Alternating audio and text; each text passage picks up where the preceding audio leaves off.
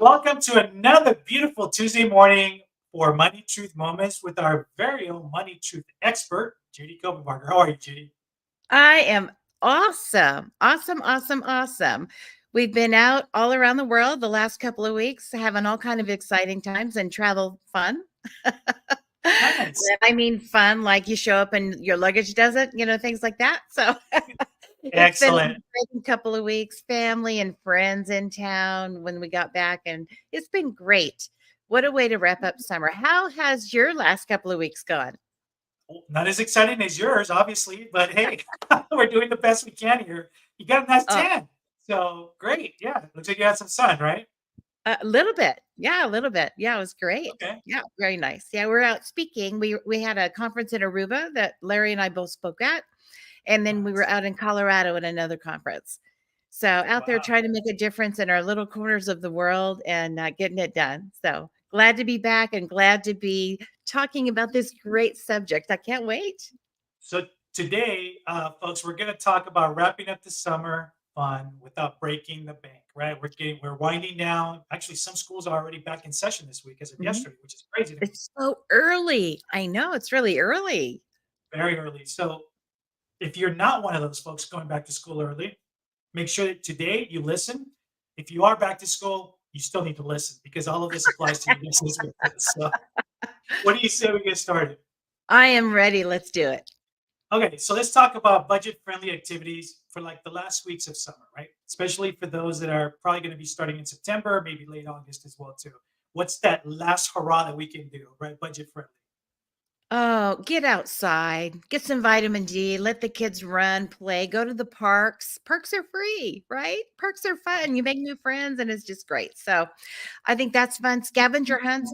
What if you incorporate your scavenger hunt with school supplies, right? And Ooh, the kids get yeah. to run around the house or run around the yard and find all the stuff that they're going to be packing. That sounds like a lot more fun than let's all go put it in the cart.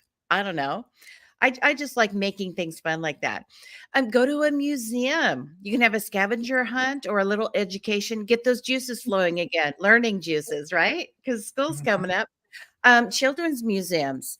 If you're near a city or a town that has a children's museum, usually it's very hands on, tangible, fun learning, active learning, where they can move their body while they're feeding their brain, things like that.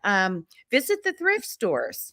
See what's available in the thrift stores. You're going to need a new backpack, maybe lunchbox if they're taking their lunch, new cleats, new sports equipment, workout gear, things like that. Um, there's so many things that you can do. It's thrift stores are always like you find these hidden treasures, right? That people just don't, you know, probably just give away or give up on too. And then you just reminded me of a funny. I'm going to share this with you. A really quick story. It's just when you're talking about museums, right? Like as a kid, I remember going to museums for the summertime, or usually when we had a relative visit us, we would always go to the Natural History Museum. Oh, It's yeah. funny. As a kid, I got so fed up with it because I could give tours as many times as I went there, right? which is which was crazy. But now as an adult, I think we have just a greater appreciation taking our kids, and really appreciating the museums the way they're supposed to be appreciated, not just like you're being forced to get out there and like, you're gonna go to this place today. So And, it's one of those things. It's like a museum. Do we really need to go? But once you're there, it's like, why don't we do this more often? You learn something, mhm, it's fascinating. And there's always like a special, feature. They bring in things from other places. It's not just everything that you have in your little right. town. They bring in these visiting exhibits, and some of those are just so well done, world class. So watch out for those. And you know what? If they're not free, they're cheap. But most museums do have a day or maybe one day a week where it's either no money or next to no money. Almost all of them have that for people that can't afford to go. So look for those last minute deals before summer's over and check it out and maybe have a new adventure with your family. It'd be great. Yeah, and also remember, folks, that as students get their own discounts, so take advantage of that as well too. Which a lot of Student museums do. discounts. Yeah, Absolutely. Absolutely. Yep. Just show their little school ID and it's like, okay, come on in. They wave you in. And maybe yeah, mom and gets in with the kids. I don't know. I love how you also gamify also shopping for school supplies. Like Yeah. I would have never thought of that, but that makes it even more fun, right? So you get the Of list, you course. can hide it. It's better than Easter eggs, that's for sure, right? So Yeah, and if you wanna make it a financial game, when you go to, like, Staples or Target or wherever you buy Walmart, wherever you buy that stuff, unless it's online, there's gonna be 4 or 5 or 6 brands of pencils, 4 or 5 or 6, no, probably 20 brands of pens, all those notebooks and things. Make a game if you got several kids, who can find the least expensive one, like the best value one. okay, Why not? And they get a prize yeah, for that. Maybe they get an extra notebook, right? Why not? Let them I pick out love the that. colors of the binders and I don't know if they still use Peachy folders. Do you remember Peachy? Oh my gosh, yes. As a matter of fact, Peachy take you I back. saw someone with the peachy shirt. They actually had the folder on their Oh, shirt, and I was like, "Oh man, that takes me back," right? I would not mind having one of those, actually. I'm gonna put it on my Christmas list. But yeah, remember we always took color pencils and colored the basketball guy in the front and all that. Remember that? Peachy. Yeah. I I, It'd be I it'd be remember neat if also they're still around. I remember also flipping them inside out. I don't know if you ever did that because then you'd be able to Oh, draw yeah. your own stuff on that. So, Yep. oh man, good times Yep. for sure. Good old Peaches. Yeah, we're dating ourselves, but that's okay. I just own it. Yeah, exactly, right? We grew Yeah. up in the best time ever. A lot of cool stuff for sure. I think so. I think so. Yeah, So but, let's yeah, getting ready for back to school, it doesn't mean summer's over for some people, right. right? There's still time to have some fun and get outside. So talking about coming back to school, and then we're touching on not breaking the bank. Let's talk a little bit about, and maybe do a little bit of a deep dive into the smart back to school like shopping strategies. Because sometimes we get all frazzled, it's last minute shopping, or oh, you didn't give me this list till 2 days before you have to go back to school. We've all been through that. Well, anytime you're shopping, think about when is the best time to go to the grocery store, when you're hungry or when you're not. Good point. Right? I know Yep. this from being married to my husband. I can't let him go when he's hungry because he comes back with a whole cart of stuff and he went in for, green beans. So, you don't wanna do that when you're hungry. So, the idea is to have a plan, have a list, know what your budget is. If you really need to stick to your budget, that's important for your family right now, do that. And I would say, what do we need? Essentials. What do we want? That would be kind of nice. And what's kind of the wish list? Needs, wants, and wishes. The needs you got to get first. And so if it's really, really tight, that might be the list. That might be the short list. So what do we have to do it? We have $100. We have $50 for kids, whatever it is. And then what's the gap? What's missing? Then you find creative ways to fill the gap. Can you borrow something from a neighbor or some friends that have kids about your age or just older than your kids? Sometimes you get into high school and there's calculators. Those can be 20, 30, 50, $80, depending on the class you're taking. Is there one that you can borrow from a friend that's in business? Right? An accountant friend might have two or three, a financial advisor might have several. Borrow it instead of buy. There might be libraries where you can rent things like that for very low cost and not have to fork out the 50, $60 just to get through the class. You don't Yeah. always need to have it. And if it's a student that's going to go on in school, you might want to go ahead and purchase one. But if it's tight right now, find a creative way to fill the gap for those items that cost a little bit more. The other things, if you're going to splurge at all, that might be the splurge. The technology that you need, maybe they've got to have a certain kind of laptop or software for these creative classes. That might be essential. A camera, if it's a photography class. Again, you don't always have to buy and you don't always have to buy new, right? You can always That's borrow, you can always buy secondhand. Thrift shops are your friend. Student deals, if you walk into, let's say, a camera shop or you walk into some technology shop, mom and pop shop, and you say, look, we have this need. Here's this wonderful student wants to learn. We really don't have that. Can we pay over time?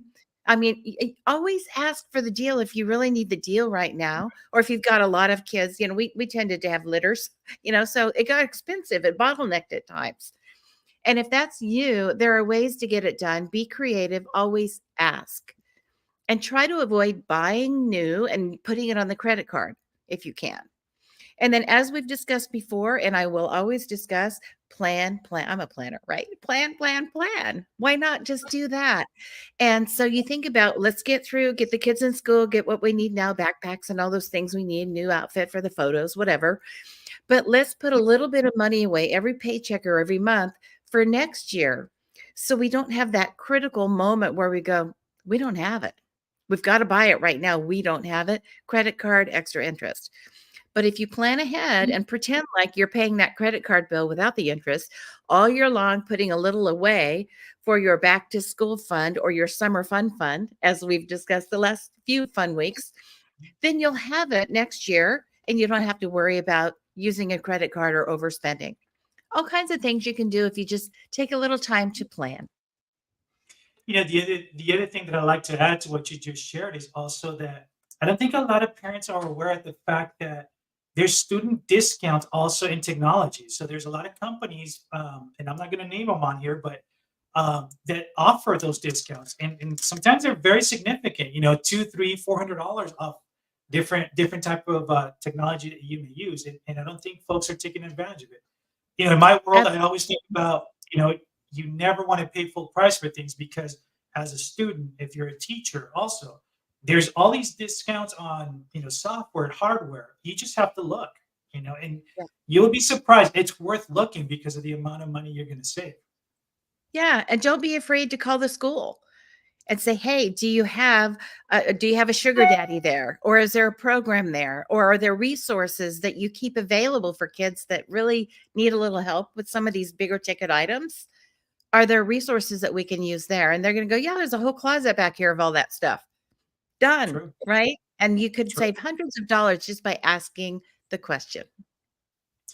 So I'm gonna also gonna switch gears for a moment. So I want you to think back to when your littles were little, right? How did you manage all of that? Like, shopping for all of them, and it just seems like in one shot taking care of all the kids would be just, I don't know. I think I'd be more gray, but that's me. Well, it's funny that the kids, when they talk about it, they don't know they came from pretty humble beginnings. And it wasn't because we lived in a really poor place or didn't have opportunities, but we had a lot of debt. We put ourselves through school and then grad school, and we went straight through and paid as we could go, but we had to borrow. So we ended up with kids that came, pretty close together. We had a mortgage, and in Southern California, that's a challenge sometimes. We also had two layers of debt. Both of us went through college, pretty much paid cash for undergrad. We paid as we went, took our time, but then we did law school together. And that was a chunk, right? Not only the tuition, but living expenses while we were in law school. So we had pretty much the max loans coming out. It was well into the six figures. So it was kind of like three mortgages. So three Wow. mortgages and five children under 8, 7. It was a little tricky there until we got all that paid off. And it was a good over 10 years to get that done. So it was thrift shops.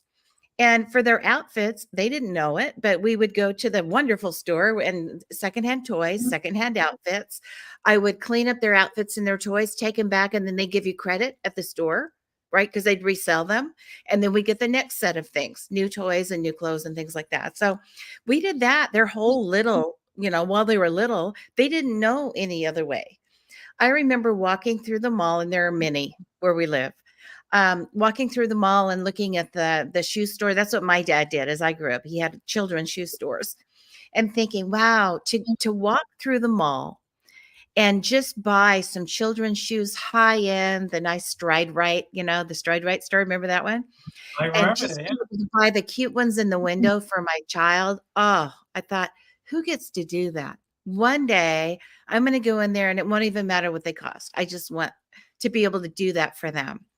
And it was many, many, many years. We never did it when they were little kids, but later that happened. Later, after we paid for high school, college, private schools, all of that. And so it's a little bit different now at this season in life for us, but they didn't miss anything. They always had shoes, they always had cleats, they always had piano music, for the recitals and things like that.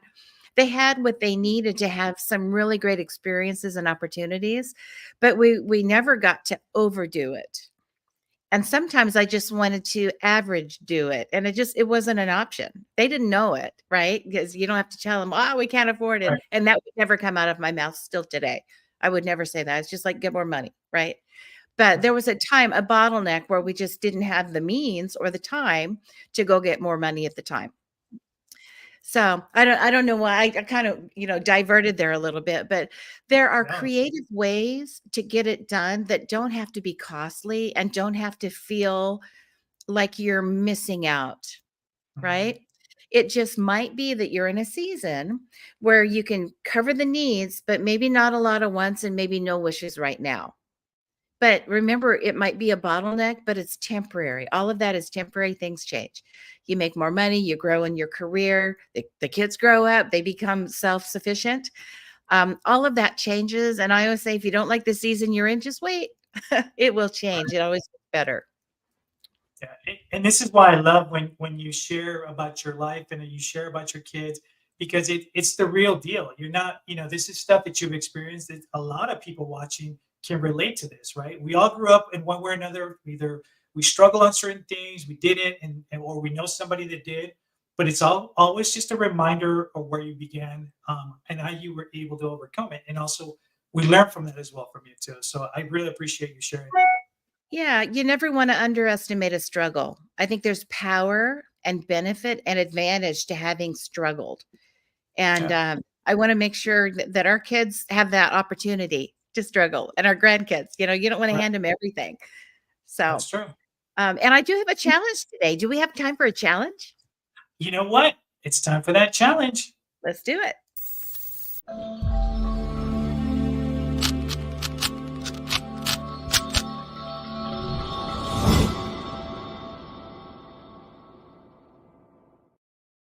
Okay, I can't wait for this one. This is going to be good.